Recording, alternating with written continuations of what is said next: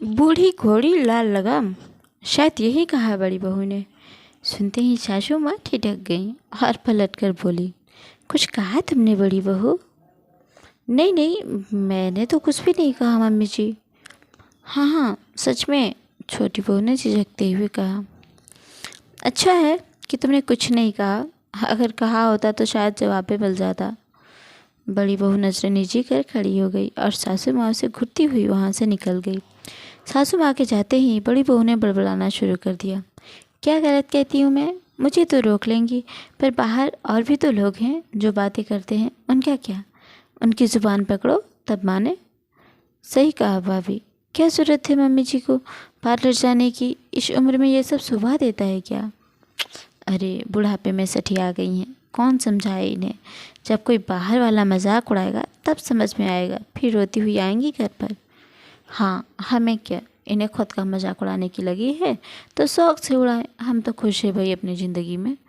वैसे भी किसे फ़र्क पड़ता है, पापा जी तो कुछ कहते नहीं, और इस उम्र में कौन सा पापा जी निहार रहे इन्हें जो इतना सज धज कर तैयार हो रही हैं। यह तो है भाभी, दिया बुझने से पहले फड़फड़ाता है ना, वही हाल इंसान की बुढ़ापे में हो जाती है। छोटी बहू ने बड़ी बहू की हाँ में हाँ मिलाई और दोनों ज़ोर से हंसने लगी। दरअसल बात यह थी कि मधु जी के पति सुमेश जी का आज 17वां जन्मदिन था, जिसे वे धूमधाम से न मनाकर सिर्फ अपनी पत्नी के साथ मनाना चाहते थे। इसके लिए उन्होंने एक रेस्टोरेंट में टेबल भी बुक कर ली थी। इसके बाद मूवी देखने का प्रोग्राम था।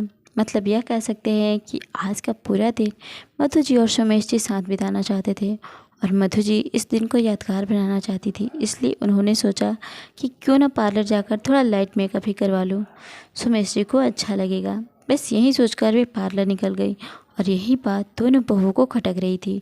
देखो तो मम्मी जी और पापा जी बुढ़ापे में कैसे कैसे गुल खिला रहे हैं। खैर दोपहर के 1 बज रहे थे।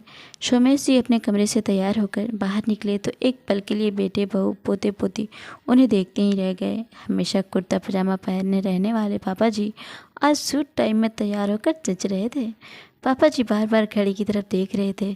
फिर उन्होंने अपने बड़े बेटे से पूछा, अरे बेटा तुम्हारी मम्मी आ गई क्या? नहीं पापा, बस आने ही वाली होगी। थोड़ी देर बाद डोरबेल बजी। बड़ी बहू ने जाकर दरवाज़ा खोला तो मम्मी जी को देखकर एकटक निहारती ही रह गई। हरी बंदेज की साड़ी, उस पर मैचिंग ब्लाउज, साथ ही बालों का सुंदर सा जूड़ा बना रखा था और हल्का सा मेकअप। आज वाकई मम्मी जी कह ढा रही थी। सुमेश जी तो मधु जी को देख निहारते ही रह गए। इतने में दोनों बेटे एक साथ बोल पड़े, वाह क्या बात है मम्मी, आज तो बहुत सुंदर लग रही हो। दोनों बेटों की बात सुनकर मधु जी मुस्कुरा दी। इतने में सुमेश जी बोले, तो मधु जी तैयार हैं आप साथ चलने के लिए? जी ज़रूर, कहकर दोनों पति पत्नी वहाँ से निकल गए। उनके जाते ही दोनों बहुओं ने फिर से बड़बड़ाना शुरू कर दिया। यह क्या शोभा देता है मम्मी जी और पापा जी को, इस उम्र में एक दूसरे का हाथ पकड़े घूमने जा रहे हैं, और तुम दोनों भाई कुछ कहते भी नहीं। और देखा नहीं कैसे तैयार होकर जा रहे हैं। इनके पोते पोतियों की शादी की उम्र होने को आई, और इन्हें देखो कल को यह सब सिखाएंगे अपने पोता बहुओं को।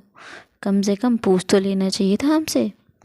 क्यों, इसमें क्या गलत है? मम्मी और पापा दोनों पति पत्नी हैं, एक दूसरे के साथ समय बिताना उनका हक है। इसके लिए बोला किसी की इजाज़त की क्या ज़रूरत? और रही बात उम्र की, तो उम्र का क्या, वह तो सिर्फ एक अंक है। उम्र के साथ क्या भावनाएं बदल जाती है। तुम लोग के हिसाब से तो कल को हम लोग पति पत्नी ही नहीं रहेंगे, और कल बेटे बहू डिसाइड करेंगे कि हमें क्या करना है और क्या नहीं। दोनों भाइयों ने एक साथ सुर मिलाकर कहा। जब बात खुद पर आई तो दोनों बहुएं एक बार सोचने को मजबूर हो गई। गलत तो कुछ भी नहीं है, आखिर पति पत्नी का रिश्ता तो उम्र के साथ प्रगाढ़ होता है, और उसे उम्र के बंधन में बांधने की क्या ज़रूरत है।